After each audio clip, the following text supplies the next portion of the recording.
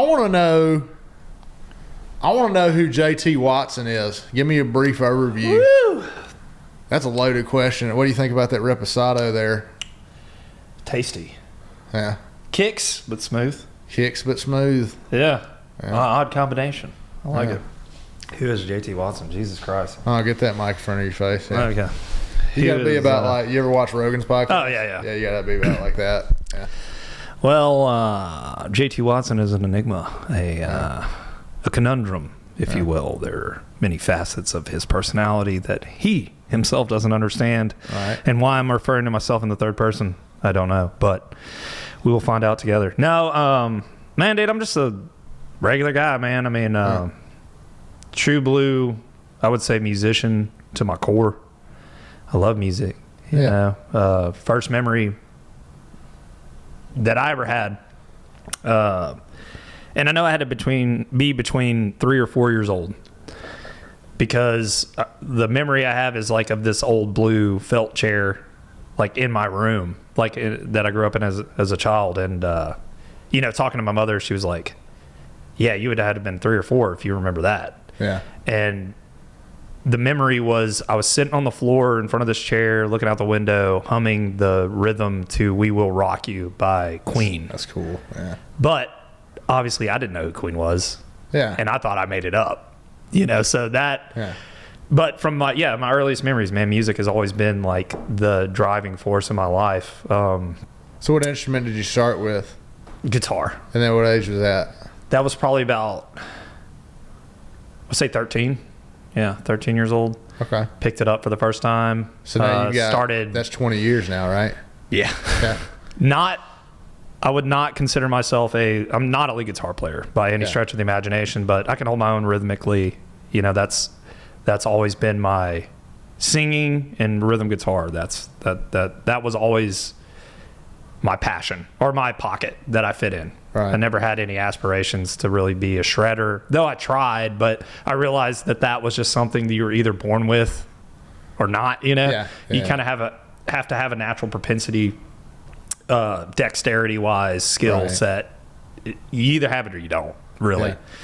Yeah. But lyrically speaking, songwriting, singing, I've always had that. Right. And then growing up, country music wise, Alan Jackson, Hank Williams Sr., Hank Jr. My brother was a huge Hank fanatic, Hank Sr. fanatic, which, you know, who really, honestly, I don't know any of my friends that were really ever listening to Hank Sr., dude. You're talking about really. 50s, 60s, you know, or 50s. And so, like, while all of my friends are listening to, I would say, what would this be? Probably about 2000s, early 2000s. Yeah. Everybody's listening to like No Doubt and Snoop Dogg and Nelly and all that stuff's Linkin breaking. Park. Eminem. Yeah, like all that stuff's Limp Bizkit, whatever. All that stuff is breaking. But I'm listening to like old country. Yeah. And when I was 15 years old, my brother bought me my first album that I ever had to my own name.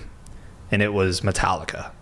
Which one? Ride the Lightning. Okay, that's one of my favorite albums. So, yeah, cool. Which is odd, you know, because like I'm in country music now, but that was the catalyst for it all. If I had to say, I remember that day so clearly, because I had gotten in trouble. He took me to the store and he's like, "Hey, man, I'll buy you whatever album, you know, whatever you want." Yeah. Saw the album cover for Ride the Lightning. I was like, this is cool. Sick, yeah. Metallica. Yeah. Like, what is this? Like, you know, and I remember my brother walked by and he was like, "Oh, that's a good band. Yeah. Great album." So I was like, this is the one I want. Got home, immediately went up to my room. I had this stereo system, like a 5-track stereo system that could fit 5 CDs in it. It was a Sony. Had like headphones. Yeah. Immediately went in, put in the CD, put on the headphones, and then started track 1, which is Fight Fire with Fire. Yeah. And it starts off with this neoclassical intro. Yeah. And I literally thought like, dun, dun, dun, dun, dun, dun, dun. And I'm like, dude, what the hell is this? I was like, dude, my brother tricked me. Like, this is what is this? Like, this doesn't sound that cool. And then Da na na na na na na na na. Bow, and then it goes into that triplet run to hell, and it was like, dude, like I remember it to this day so clearly. I was like, what is I was like, oh my god, like just the sound, like it enveloped me. Well, really, I mean, the emotion behind that song, living in that time frame in the early 80s, everyone was deathly afraid of Nuclear war. The Pershing II missiles that we had in West Germany, and then, of course, the Russians had their shit in East Germany, and it was like, Armageddon is here. You know what I mean? Yeah. So it's like... we all shall die. Like, just the heaviness of it, the sound, I was all at once found. Like, I knew exactly who I was, dude. It was the most surreal experience of my life because I still remember it so well. Right. Even 20 years later, almost. That was the moment where I knew who I was and I knew what I wanted to do with my life, and it was music. Not in what capacity, obviously. I didn't know who Metallica was or how many guitar players there were, or the composition or instrumentation. Like, I didn't know any of that. I just knew, like, this is it. This is and what age was that again? That was 15. Yeah. 15 so years old. You've been playing guitar for a couple of years at that point. Yeah, probably. But like simple stuff, right? Like chords, country songs. I mean, obviously, 3 chords and the truth is what you get most of the time in country music, and this was something completely different. And I remember, found "Ride the Lightning." I was enthralled, knew exactly what I wanted to do for the rest of my life, and I was like, I'm a musician. This is what I do. Started growing my hair out, started, practicing all the time. It actually got to the point where it was so ridiculous that my dad and mom would not ground me from going out with friends, but they would ground me from music, guitar. Oof. And dude, I remember literally, like, I would be grounded, right? I'd get home from school probably around 2 or 3 in the afternoon. So that gave me like a window of like 2 hours maybe, depending. And I would go, because I knew where my dad kept the guitar, in his office in the closet. So I would go up there, take the guitar out, and look out the window and just play. And I remember one time, somehow, like, I guess when I was like looking back or getting the guitar out, like he had pulled up and then came upstairs, and then there I am looking out the window playing, and what are you doing? Yeah, that kind of thing. So, but no, man, dude, just absolutely loved music. It was still do, obviously. Oh yeah. It's everything I am, man. Okay, your first project that you were a part of was at what age, and with who? I would say around 15. Yeah, around that era. There was a guy. So I went to this small Southern Baptist church in South Bossier. Which one? South Bossier Baptist Church. Yeah. Is it the one in Sligo? Yeah. But back then, before, they actually had split from this church called River Park, or not River Park, but it was like Jimmy Davis Church or whatever, off Jimmy Davis Highway. But some preacher came in, started on some side thing with tongues or some different type of theology, and then the church split. Yeah. So that pocket of people started meeting at Parkway High School in the gymnasium, and then ended up moving out to Sligo Road when they actually built the actual facility. Right. And that's where I met JC, James Conrad Bryant. Cool. And we immediately were best friends. Yeah. But I used to like go to church. I mean, my mom would drag me to church. I wasn't going of my own volition. But I remember hang out with people. Yeah. It's what you do in the South. Yeah. But I was wearing a Master of Puppets t-shirt. Yeah. And JC with the gravestones, right? Yeah. And and obviously wearing that to church, you're gonna get looks, you're gonna get questions. But no, JC, first time I ever met him, dude. I was wearing that shirt. He walked up because I loved that band, and we were immediately best friends. Started jamming. He played in the praise band at the time, and then I joined that. So that's really where my first experience with playing in a band with any structure was like the praise band at church, right? Right. But what was funny is that we'd be playing all these praise and worship songs, and then in the in between we would be sitting there playing like "Am I Evil" or "Seek and Destroy," and people are like, the kids are kind of enthralled, dude, because it's different, because nobody else is doing that kind of stuff. Especially not in church, right? Right, which probably wasn't good. But yeah, man, like I remember we would do these huge lock-ins. You remember that kind of thing? Yeah. I was the First Baptist. There'd be like 250 kids there. Yeah. And we'd be like, dude, we do the worship stuff. But then in the in-between, dude, when we're up all night, dude, we'd just be up there jamming, like playing Master Puppets or, like the deeper cuts where they were covering like, Am I Evil or, just all those like older Metallica covers. And yeah, people got a kick out of it. They were like, what is this? Yeah. But yeah, that was really, me and JC obviously had a vision. We knew exactly what we wanted to do. And yeah, we just started jamming together all the time. He, and his parents were the coolest. Yeah. Because they would have us out to his house, like out in the middle of the country. And he had this Tama drum set. It was black. Yeah. Double kick drum, full tilt, like all the toms, all the cymbals. I'm like, holy shit, like this is awesome. And then we get in there and dude just jam for hours and hours and hours. And obviously we started as a Metallica kind of cover, like that's all we did, was play Metallica songs or Pantera, Guns N' Roses. We were very much in the rock. Metal. Yeah. And JC's parents, Laura and Carl Bryant, were very supportive of us. They would just let us, dude, that's all we do. And really probably saved me in so many ways, because instead of running out, going absolutely wild, I was always at JC's house, staying the night. We're always jamming, writing songs, that kind of thing. So how did Mark fit into that? So me and Mark grew up as, we met, I want to say probably middle school. We both were in the band, played trumpet. We were band nerds. Yeah. Cool, man. And we would battle back and forth, right? I'd be first chair, he'd be second chair, and then vice versa, we were always competing and just always had that passion. And I remember I was the first of our friend group to really discover Metallica, right? Right. So when I discovered them, obviously I was a disciple, and I was like trying to turn everybody that I knew into it. And and Mark took to it like water. JC obviously was already into it, so we already had a connection there. And I remember sitting at my house, and me and Mark are like sitting there on my bed listening to Metallica, going, "What do you want to play?" He's like, "I want to play bass." It's like, "I want to play rhythm guitar and sing, like James." Yeah. Like, all right, well, we got to find a lead guitar player. Did y'all have a fourth? We got JC. JC's drums, obviously. We need to find another guy. And then we had a childhood friend, Damian Reynolds, who picked up the guitar and tried to play the lead. And we ended up, I feel so bad, dude, but we ended up like kicking him out about 2 or 3 months into it because he couldn't play the solos. And I was like, dude, it's freaking Kirk Hammett, dude. I mean, the guy's like in his own right a virtuoso, like. And again, like we were talking about at the beginning, when it comes to lead guitar playing, like you either got it or you don't. Yeah. Like you can either rip or you can't. And he could not. Yeah.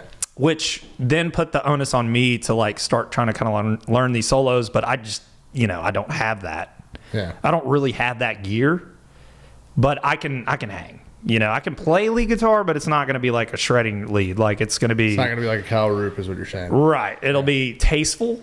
I'm good at writing tasteful leads, but I'm not a shredder. But that's where Mark, we all kind of like, it was all of us together kind of coming up, and then, we all just kind of formed together, and we were like Metallica disciples.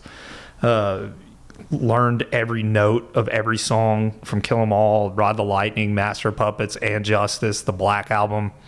We were even really heavy into Load and all that jazz, but really the older stuff, I would say. And then Pantera, got off on a hardcore Pantera kick. Alice in Chains. Oh, yeah. Soundgarden. Chris Cornell, hands down. In general. I would say, in terms of like singers, he's top 5. Chris Cornell. Nobody sounds like him. That's the cool thing about him. Yeah, he was such a special person. And then also, really the thing with like Mark and JC, just in terms of musicianship, they're head and shoulders above the rest.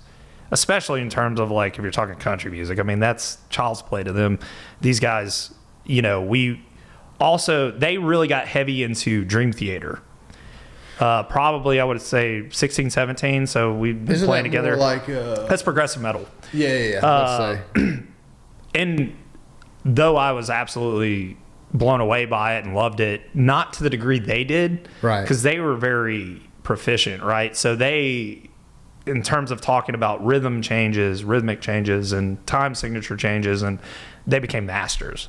Yeah. And that still is a mystery to me, like that.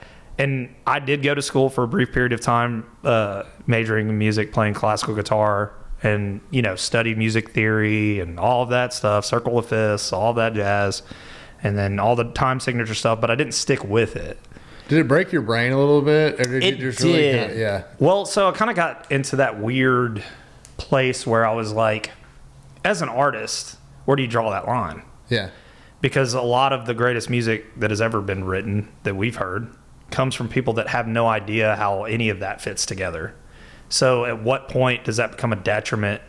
If you know too much, does that infringe on your creativity? Which is kind of the dynamic that I picked up with Mark and JC. So I just kind of let it go. I'm like, I'm not going to learn all this. All right, I'm going to let them be the ones that know how to put that together. Yeah. And that way it kind of frees me up because I could be trying something completely different that they wouldn't try. Well, something because they know, like, well, yeah. that doesn't really fit together. But then I try it, and then somehow it does. Yeah. And they're like, oh, okay. So that was kind of, we learned each other's strengths and weaknesses. And well, it would greatly depend on. So I briefly also went to school for music, and the thing is that it did kind of break my brain because I realized I'm working really hard to now unlearn a lot of bad habits that I've made as a guitarist. In which the reason why I still keep my nails this way though is because I did become accustomed to how a classical guitarist plays, and in that case, like, I do prefer that now, but at the same time, outside of that, I mean, basically, dude, I mean, like, you're having to learn how to read music when you didn't know how to learn. You didn't know how to read music prior to that, and you've already been playing for years. I did know how to read music just because of band. Well, that's from true, yeah. trumpet, and that's treble, so that's what I was playing on the. But learning the notes and how that fits onto the score with a guitar, obviously, having to learn that aspect of it, dude. But I remember my first classical guitar recital. So at this point, I'm used to playing rock shows, right? People are up screaming and it's loud, and the sound ain't great. Chances are at the venue you're playing at, and totally different experience. You hear a pin drop. Yeah. And I also, so with classical guitar, you have like a footstool. Yeah. That you take up with you, and you have your music, you have your sheet, and you score, and you plant your. Hands here. My instructor would always get on to me about planting my thumb like above the bridge, but I would do it because I was so nervous. Yeah. My hands I'm just like, I can't even. Yeah. There's no way. So I plant it. Already points deducted. Yeah. Forgot my music. So I great. go up there, no music, no musical score, walk across the stage, sit down, and then immediately just start going into the music. Like I'm shaking. Obviously, Yeah, like but you you're had saying, memorized, though, so, I mean, everybody's like, you could hear a pin drop, and I'm just like, immediately go into the music. Well, had it memorized loosely. Okay. So I ended up like repeating a section twice and like missing an entire section. Like there was a lot wrong with it. And it was hilarious, like get done. I'm like, oh my God, like had to have failed. Cause that was the final. The final was a recital. Yeah.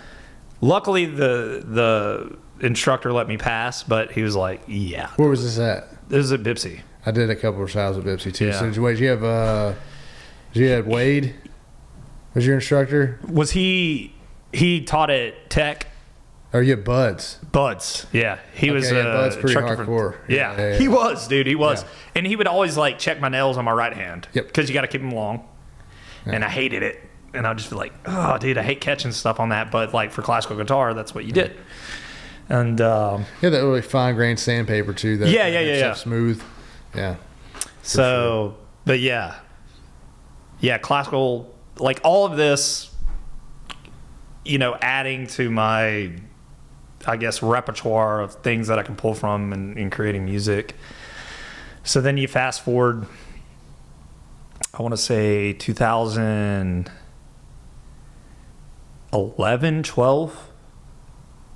I'd gone to school, majored in biology, went out of that, went into music, did the classical guitar stuff. Yeah. Then decided, I'm gonna go into the ministry. Thought theologian. So grew up Southern Baptist, and always had like I was always very inquisitive about the hereafter. Yeah. Why we think the way we think. Absolutely. Why society, why the educational pedagogy of our country is what it is. Right. Because people decided this, right? Like, yeah, they had to. But when you grow up as a kid, you just accept it. You're like, this is what we do. This is how it is. But I always had that other side of me that was questioning it. Like, right. Why am I learning this? Why is this the right way? What is right and what is wrong? And is there concrete foundations for truth, morality, like all of these things? That's the kind of stuff I thought about as a kid. Yeah. And so when I got the opportunity, I was like, man, I think I'm really going to go pursue this. I moved to Fort Worth in 2013. TCU? Right by TCU Southwestern. Okay. Probably shouldn't mention the name of the school because they're probably going to be like, oh. Clearly we lost this one. But yeah, I got a degree in biblical studies and theology, so I studied Hebrew. And then obviously everything that kind of like in a biblical studies degree, obviously you're studying the Bible, but you're reading it in the original text, Greek and Hebrew. You're studying world religions. You're studying philosophy. You're studying all these, just different ways that individuals have viewed reality. Mm-hmm. And really became insanely fascinated with metaphysics, which is where we're dealing with these things that we can't know necessarily concretely, like we can't test it, but just became enthralled with all of that.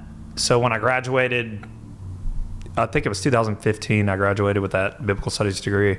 I started pursuing a master's in philosophy because I was like, oh, okay. I was like, I'm just all about this, dude. I'm just like knowledge. And kind of got probably about a third of the way through that program, and I was just burned out. I was just like, dude, I'm writing papers all the time. Like, I would say in the undergrad, we're writing, 5 to 8 page papers, but here we're writing 25 page papers. Yeah. And it's much more in depth in terms of even the sources that you're citing. You need to know everything about them. Well, you're going into the field. I mean, once you get into these graduate level and doctorate level degrees, you're usually going to be going into a field of research, right? More often than not. And even if you are a professor, in addition to that, a lot of professors are engaging in research. So I mean, it makes sense. I mean, you're a true research paper. I mean, it doesn't necessarily have to have a limit, or rather, I'll put it like that. I mean, you'd have at least like a minimal amount of information, of course, but I mean, there's really no limit to the amount of information given if you find your findings on any given topic. If they're at great length enough, I mean, there's no reason why you wouldn't be able to write a 30, 40, 50 page paper at times when it's like. Well, and then, realizing that all that lied before me was preparing for a dissertation and to defend it. The ungodly amount of time that was going to take, which is usually between 5 to 7 years. And this was philosophy or psychology? Excuse me. Philosophy. So philosophy. What is a dissertation in philosophy? Well, and then I was facing down the reality that I'm getting a philosophy degree from a religious institution. Yeah. So that already limits your ability to operate. Oh yeah. Because you're either going to operate in this spectrum. Yeah. Or you're not going to have a job. Because who honestly is going to take somebody with a philosophy major from a Southern Baptist university and like any major institution? Like, they're not going to do that. Yeah. Comes with too much bias, and obviously, there's just a lot of I feel like there's a lot of red tape with that. And so staring down that barrel, being like, well, my options are severely limited. Yeah. I'm only going to be able to operate within this religious construct. And I'm tired. I'm burned out. Because, dude, like, I think it's just man's nature. And when I say man, I mean both men and women. Yeah, humans. The more you learn, the more you get puffed up. And I experienced that with my friends, where I was like beating them down all the time or arguing them into the ground just to win, not to benefit them. General topics, or are we talking about theology, philosophy? Yeah. Like, I found myself becoming I was very combative in that respect. And probably did a lot of damage to a lot of friends. Did you become kind of self-righteous? Yeah. Well, not even self-righteous, but just like, I know better than you. I know more than you. You don't have the knowledge that I have, and the fact that you don't contemplate, mortality and morality and these things shows the difference between us. Made you feel as if though that individual is beneath you to a degree. Yeah. So, unfortunately, that's the truth, dude. And I actually went back after I got through all of that and apologized to a lot of people that I felt like I had attacked, or, came on too hard, or, trying to pump myself up, dude. Like, freaking pride. Yeah. Like, and the truth is, I don't know anything, dude. I'm not the most intelligent person. I'm not the most attractive person. I'm not the most talented person. I'm not any of those things. But the fact that during that era, I felt like I needed that to validate myself, like in some way, that me being able to outmaneuver you strategically thinking or theologically, philosophically, that I could one-up you, made me feel good. Yeah. Wasn't good. It's not the way to be. Well, it's an egotistical thing. But I don't know. I mean, I think with any faith-based system, or I say faith-based. I mean, even if we're talking about Buddhist ideologies, I mean, all of them across the board, if we're just looking at religions in general, there's a component of it in which, you're talking about the path of knowledge. So that's a big thing if we're talking about religion across the board, that. But even on top of that, in seeking that knowledge, one of the main things that needs to happen, and this does not happen with every human being, even individuals that are, in leadership roles, in religious organizations, they don't always have an ego death, so to speak. But I think one of the most important aspects of a spiritual journey, or that path of knowledge, or the straight and narrow path, as we know in Christianity, is like, you really do have to put your ego aside. And I think it's one of the things that really turns a lot of people away from it, though, is that they have these terrible experiences with pastors. Because, man, I know a lot of pastors. Oh, yeah, it's human. It's human nature. Human beings are the church. Yeah. That is the church. Flawed. Yeah. We all are. Right. And I think that was like one of the biggest things for me growing up. The most compelling argument, and I consider myself a Christian. Mm-hmm. I do believe in God. I do believe in Christ. Not a good one. Most of my life has been marked by hypocrisy. Just in the terms of how I live my life, and the way that I conduct myself, and the way that I interact with people. I always try to be very kind and very giving, but most of the time I'll have brief periods where I submit, if you will, to like to God, to Christ. Yeah. Like, I'll walk in the Spirit, if you will, and I see it. I see Him moving in my life, and then I turn away from it, and then I'm back to the same thing that I've been doing, 1,000 times before, whether it's drinking or, running around or whatever it is. Like, right. I always fall back into those valleys, if you will. So I've always struggled with that in terms of salvation. Right. Am I saved? I think an outsider looking in on my life would probably say no. Honestly. Well, there's no mortal being that has the authority to make that decision. No. But I'm just saying, in terms of like, I've had friends that have come to salvation, and their lives have been dramatically changed. Right. And never again the same. It's never been the case with me. So I struggle with that. All that to say. So and then really, honestly, man, like, it's interesting stepping out into this medium now with the music. Yeah. I've always been afraid. Not afraid, but apprehensive. Because this is altogether different in the sense that I put this music out here, right? A bunch of people connect with it. Then all of a sudden I have this larger sphere of influence. And they're going to be looking at me, looking at how I live my life, things I say, things I do. Mm-hmm. And that's going to affect them. Yeah. I have a responsibility now. So it's like, and I don't take that lightly, dude, because I do believe that we are all made in the imago Dei, the image of God. I think human beings, every single human being is made in the image of God. What does that entail?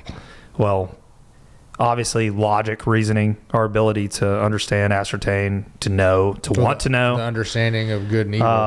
Not necessarily physical features, because God, as we know him, is not outside of Christ, not physical, but to know his nature, mm-hmm. That he is good, that he is holy, that he is set apart, that there is an objective standard for right and wrong, mm-hmm. and that it is all held in the hands of this being who created us and created this world. And so stepping out into this medium with all of my, I would say my bad habits makes me nervous, because I'm like, now, man, the thing with the internet is, and obviously we grew up in the era where pre-internet. We didn't have it, and then we had it, yeah. And then we had it. Mm. And it's so scary to think about now when I put something out there, dude, it's out there forever, which really kind of like coincides with like the, not to like try to like form this to the Bible, but like the tongue, when the Bible speaks on the tongue, once you say something, it's out there forever. Mm-hmm. Can't take it back. Yeah. Well, how more so with the internet, because they can just pull it up and replay it over and over again. And not even that, but people can like chop stuff up and make you sound like you said something you didn't say, or whatever, it's all of that definitely puts the fear of God in me. Well, your words are important. I mean, your words, I heard Jordan Peterson say this, which I mean, it's biblical though. He said that Peterson's an interesting guy. Very intelligent. He said essentially that, well, if you look at it from a sense of like God speaking things into existence, I mean, like what you talk about ends up shaping what is around you though. So like, in that, we're agents. Yeah. And probably a part of that is the image of God, right? Like he allows us to be able to do that. Well, I mean, and even if you look at it, I mean, people look at creation sometimes metaphorical, some of them look at it literal. Mm-hmm. I'm more on the metaphorical side of the fence, and if I'm wrong for it, then I'm wrong for it. But I think that the parable really, at the very beginning of Genesis, when it talks about eating from the tree of knowledge, good and evil, understanding good and evil. It's like, well, as soon as Eve does that, it's like, all right, well, they're really like me now. They understand. You know what I'm saying? But such an interesting. So it's interesting that you bring up like that metaphorical aspect of the interpretation of Genesis, because so I would say like one thing I guess I like picked up on with all my studies is each book of the Bible is written in a particular manner, right? Like some of it's more poetic. Mm-hmm. Some of it's just letters, the epistles.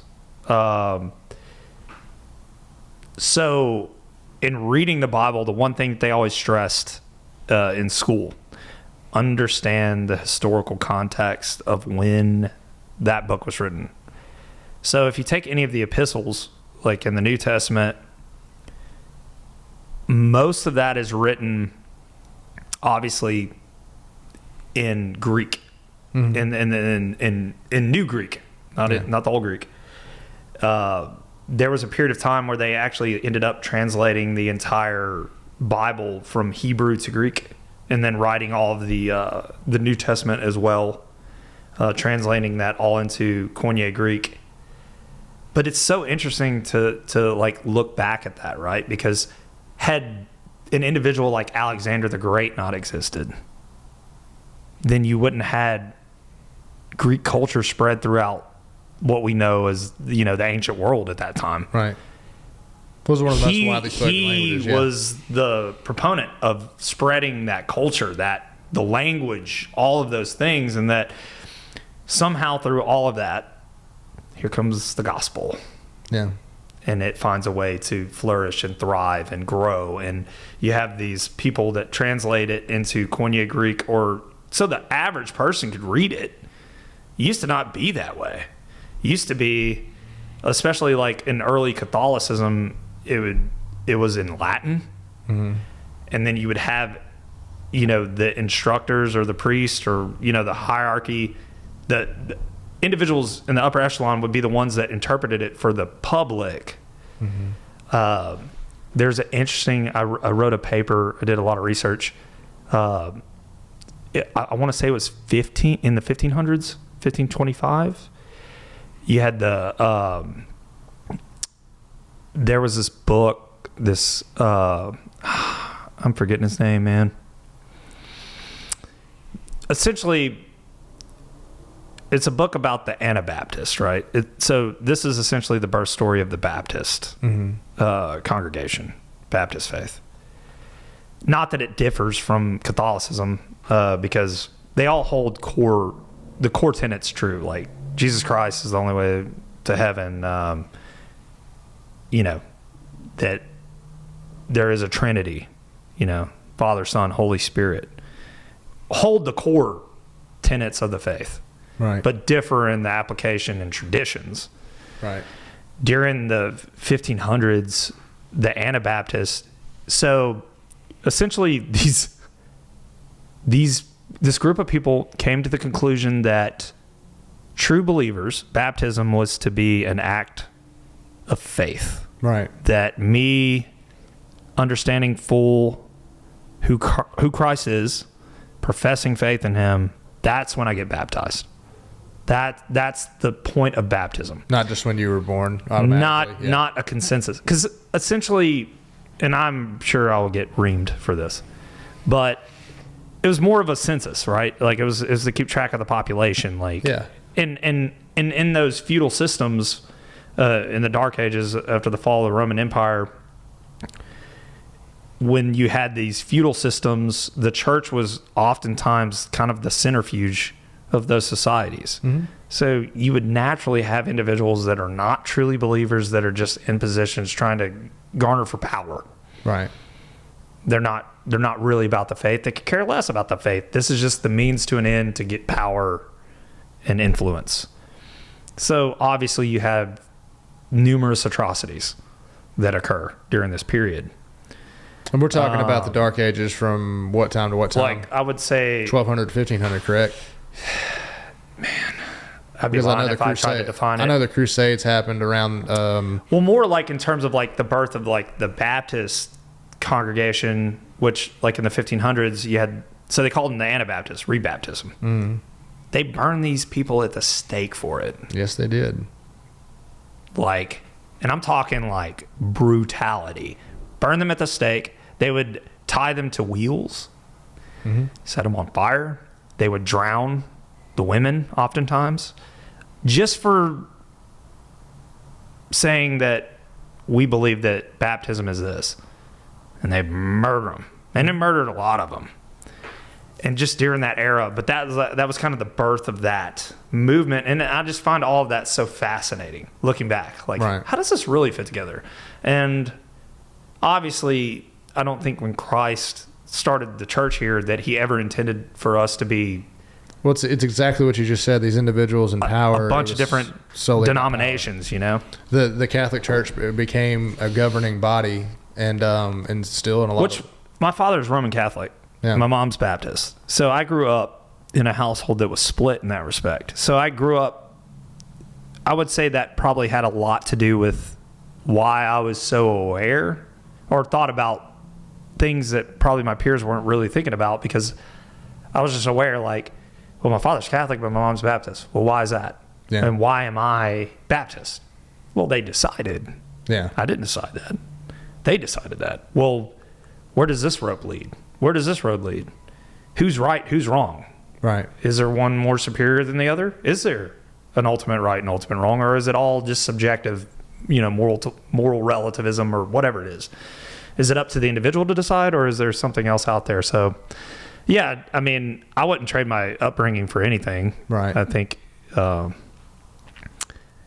has made me a more thoughtful person in terms of being able to operate and function and deal with people from different backgrounds, because, I grew up in a split household in that respect. Yeah. And my father, God bless him, so my father's in this society called Mensa. I don't know if you ever heard of them. I don't know what that is now. International High IQ Society. Okay. So, yeah, he's a certified genius. I'm not. But, yeah, growing up with a father that was like that, had that intellectual prowess, superiority, I hated it. I truly hated it. Because if I went to him, let's say with like a math problem, it was, well, the Phoenicians created algebra out of necessity. Like, it was like, we're going to do a history lesson. No, I just need to know how to solve for X, brother. Like, I don't need the whole history. Like, but it was always that. He wants you to better understand every aspect of it, though. Yeah. But I just never got down like that. Like, I care less. Yeah. Like, that's great. Glad they figured that out. But I need to know this for this test because I want to rock and roll all night and party every day. That's right.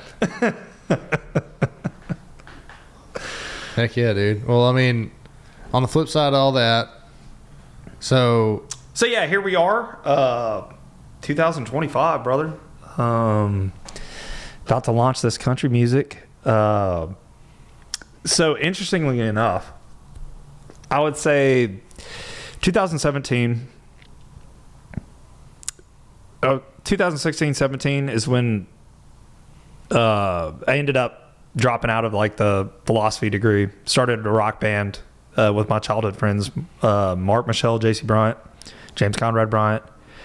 And we ended up signing with a management company out of Nashville called CTK, which they're big, cash cow. I should probably say cash cow.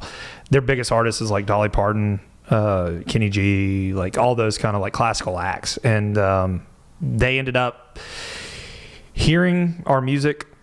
We ended up recording a full-length debut album called Full Speed Ahead. It was Down to Ride, Full Speed Ahead. They got a hold of that. Were blown away by it. Really liked it.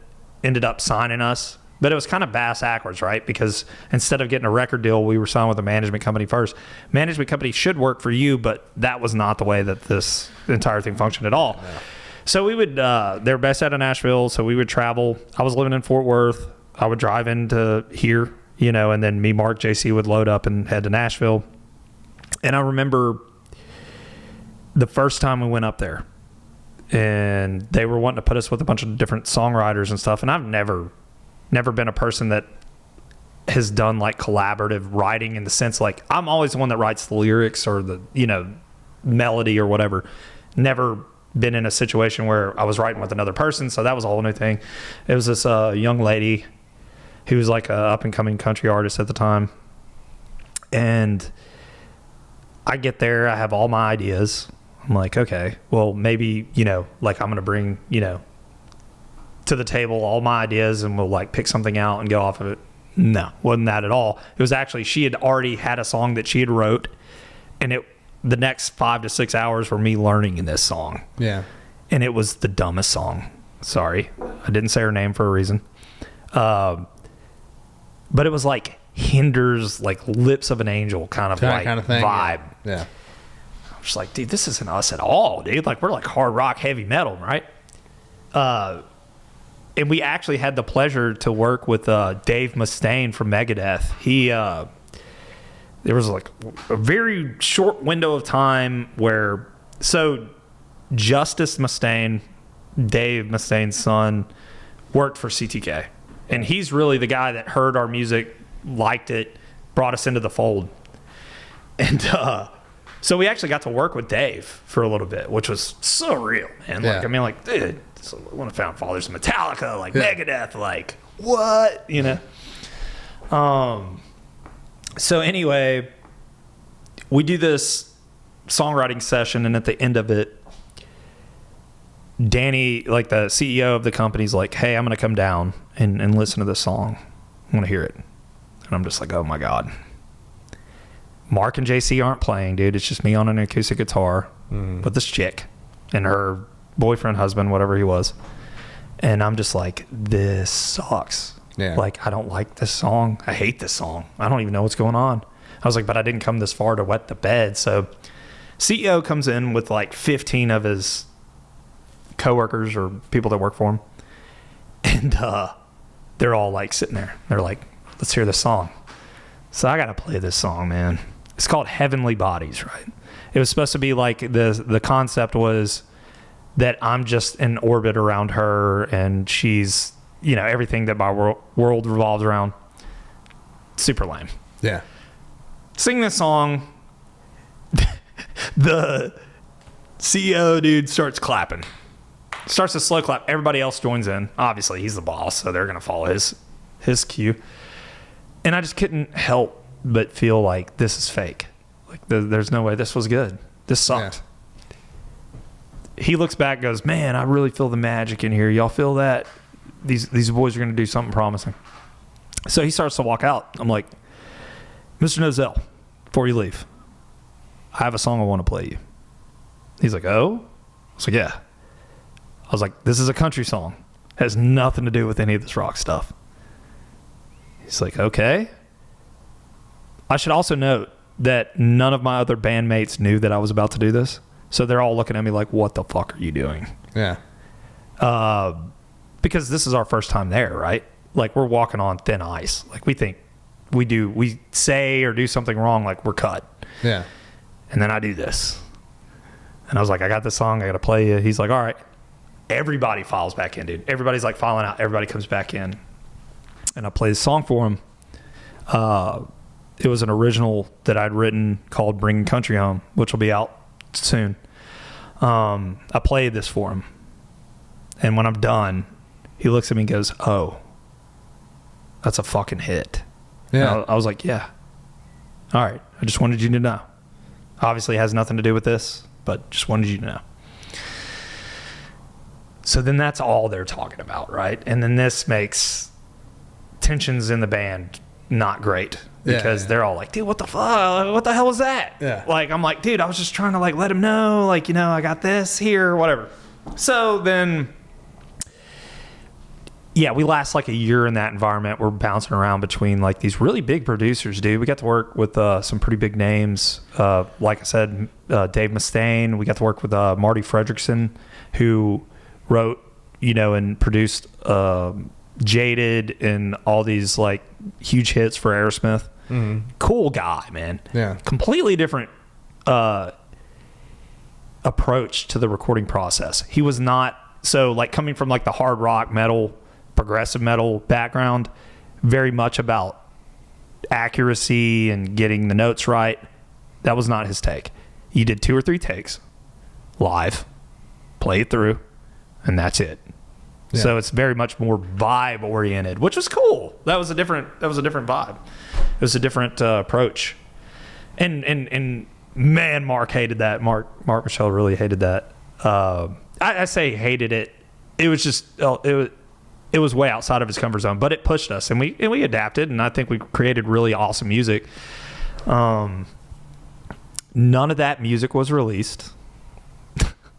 Which was will it ever be released, or do they own the rights to it? Well, they do own it, and then it's just worthless, you know, at this point. And really, like looking back, we all kind of came to the conclusion that they had to be pulling strings, you know, left, you know, whatever, to try to like make these things happen, and then none of it ever transpired in anything substantial. Ended up playing. Oh my God, I forget this guy's name. I remember we were downtown Nashville on Music Row. Went to his personal studio. Walk in, and dude, you got like pictures of like Mary J. Blige and like the biggest names, Beyonce, like all these like massive pop artists, and I'm like, where the fuck are we? Yeah. Why are we here? And they're like, oh, well, we want you to meet this producer. And I remember we were sitting in this guy's office, and dude, just the stereo, like just the control system for his studio and the speakers. Dude, this is like $250,000 speakers. Yeah.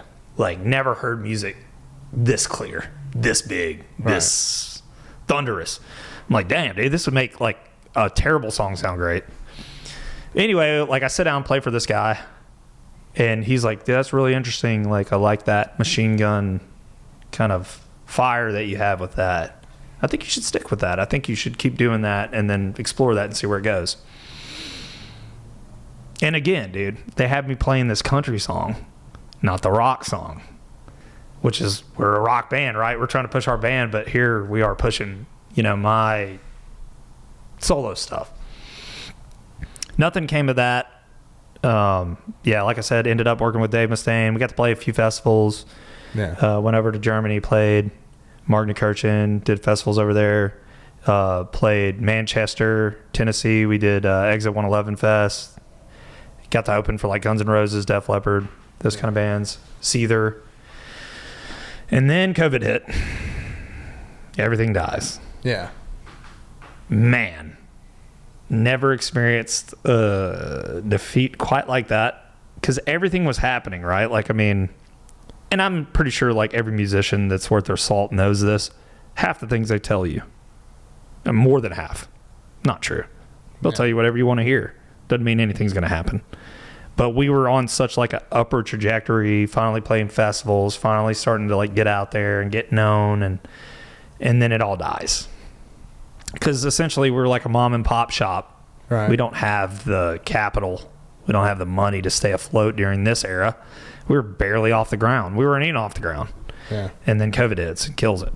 And then you had big bands that were suffering through that era. So, band breaks apart. We break up. Go through the COVID era. End up going through a divorce. Which, sorry. Don't wish that on anyone. No.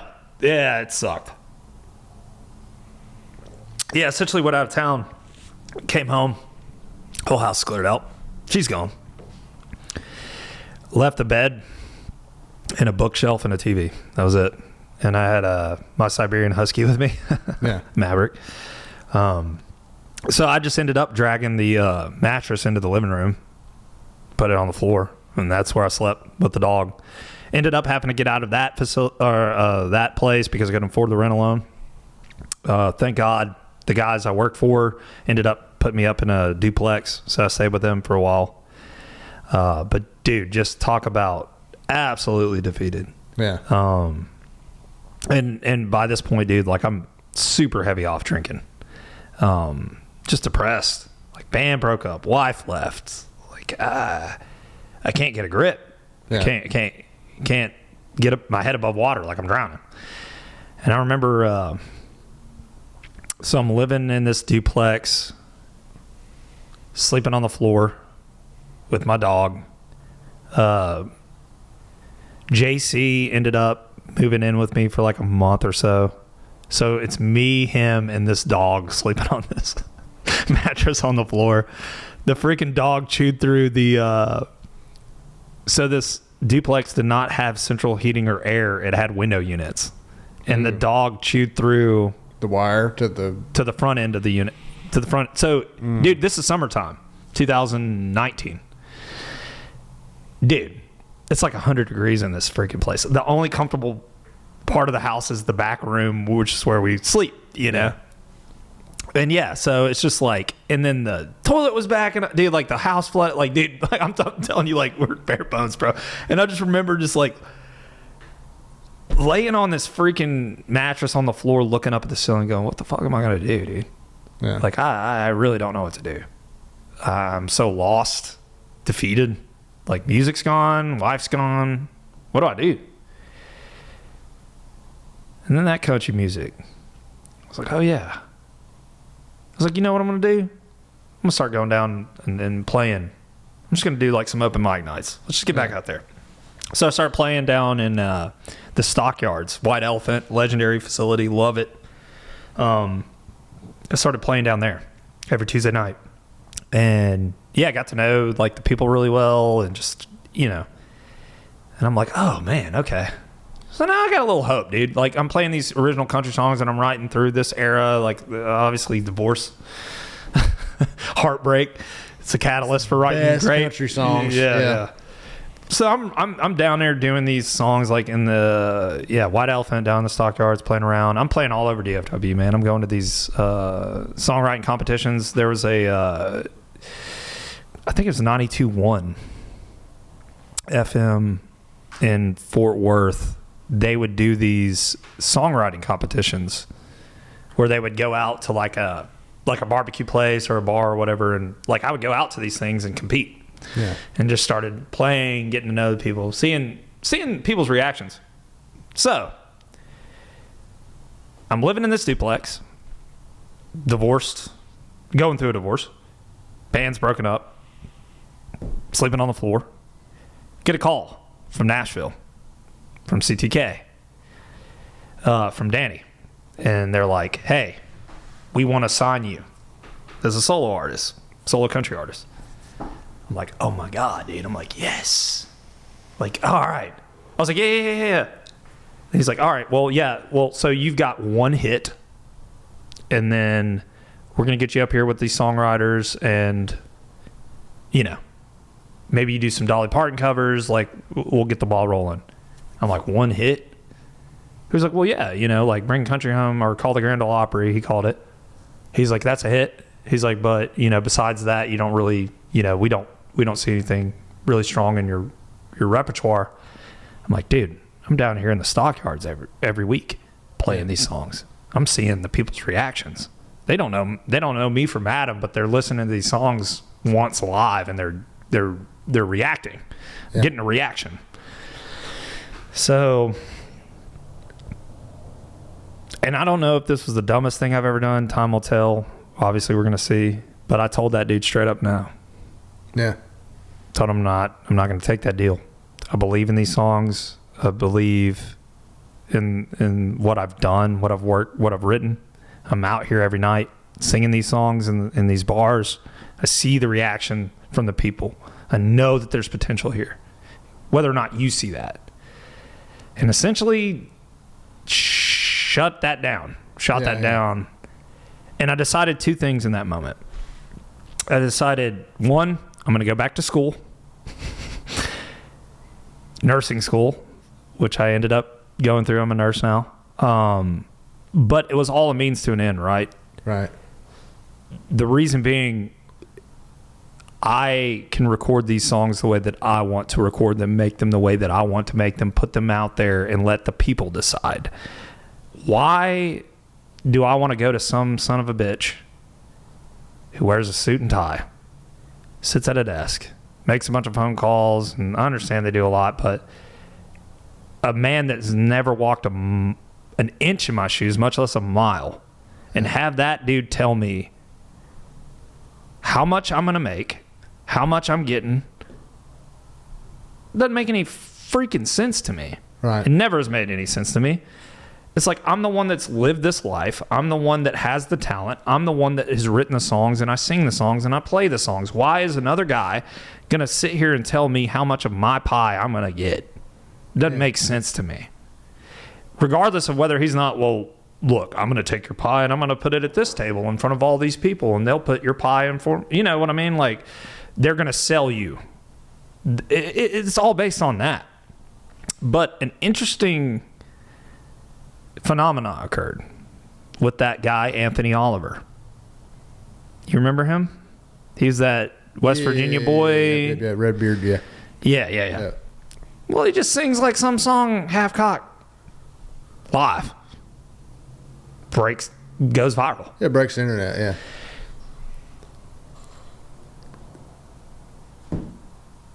Very rare that ever happens, but it did happen. Yeah. And my point being is, like, the people decide. Yeah. The individuals decide what is good and what is not. Like, I don't need some SOB that's worried about pocketing, padding their pockets. Well, distribution is done completely differently than it used to, because I mean the main reason why individuals had, well, not only distribution companies, but I mean just artist management companies and general labels, was because you went and tangibly, like, you put your hand on the music that you were going to listen to, whether it be a vinyl, whether it be a tape, whether it be a CD, whatever. I mean, everything is digital now, and with everything being digital, it's like, unless an individual has a clear, proven strategic plan in order to market you on social media specifically, because I mean that's really the only way to reach a massive amount of people. And I think a great example, and I won't get political at all, but it's just a great example of it. It was whenever Donald Trump went on Joe Rogan. He reached, I think, 15% of the United States population. You couldn't even do that with TV back in the day. So the thing is, like, it's that analogy alone, if you liken that to what you're talking about with Anthony Oliver, the likes of individuals like him. I mean, yeah, man, the only real way to be successful in music nowadays, it's not necessarily about the amount of talent that you have, which honestly I do believe that out of all the people that are playing country music right now, I mean, you're just as talented as those singer-songwriter guys that are famous. I mean, that's my honest opinion as another musician. Yeah. Well, I appreciate that, brother. Sure do. And, dude, it's that weird... I've been gunning for this for almost 20 years, right? Mm-hmm. Like, we're in the prepubescent stages of this actually getting off the ground. Right. We just recorded this first music video, 3/4. Where does this go? Where will it go? Will it go?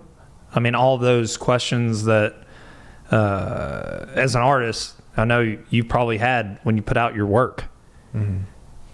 And it's scary as shit to me, because this is literally... I wouldn't say I necessarily believe in fate. I don't believe that we're predestined for a certain outcome. I think human beings have free will. I think we're able to make decisions and decide which way we want to go. But with music, I've always felt this gravity. Like, this is what I'm meant for. This is what I should do. Goes back to ride the light. But why haven't I haven't put this music out? What if people don't like it? What if people hate it? What if people make fun of me? What if all these fucking what ifs? And it's just like, dude, no. Like, we gotta step back from that. We gotta just put it out there and let it run. Let it fly. Let it go. Mm-hmm. My favorite moments of existence, period, is the moment right before I'm about to go on stage and play. Right when it's happening. When they say JT Watson or whatever, and you're going to the mic. There's no stopping it. Yeah. It's a roller coaster. Like, the train's left the station, you're on it. Make of it what you will. And in that moment, being live in front of people, man, I love it. I love that. I love that atmosphere. We create this little, like, ecosystem for a short period of time for the duration of the concert, but it's like nothing else exists, nothing else matters. We're here, we're connecting, we're putting out this energy together, we're creating this music, and it's all together, dude, because the greatest thing about it is, like, when you actually have a song that people like, that they're singing it too. So, like, the band isn't even really the band, like, the whole venue is the band. Everybody's the band. That's the fun part, dude. That's the part where you're singing this song that you wrote from your heart to all these strangers, and they're singing it back to you louder than you are, with more conviction than you are sometimes. It's like, dude, I'm not alone. And they know they're not alone. And it's, dude, that is That's the money for me. Yeah. Yes, I want success. Yes, I want money. Yes, I want to be able to take care of my family and be married and all that, have a family. But the ultimate thing for me is that. That's what I'm looking for, man. That connection with the live, dude. I hate the studio, truth be told. Yeah. And all I've been is in the studio. But I love playing live. Love meeting new people. Love stepping out on stage. Love being, front and center, and then, bringing the freaking, wrath. Yeah. Yeah, man. Well, there's a theological aspect to what you're talking about, but that's for another time. But, yeah. I mean, what do you want to plug before we get out of here? Oh, well, obviously, debut country song, 3/4 time. January 31st. January 31st is the launch date. Ready or not, for better or worse, here we go. Super stoked, man. And thank you for having me on here. Enjoyed it. Obviously working with you, man, has been a blast, man. You're an awesome person. Yeah, just thrilled, man. 3/4 time, 31st, ready or not. Yeah, and in great fashion, it would be my first podcast in which the camera angle on me died. So, oh shit. See you guys later.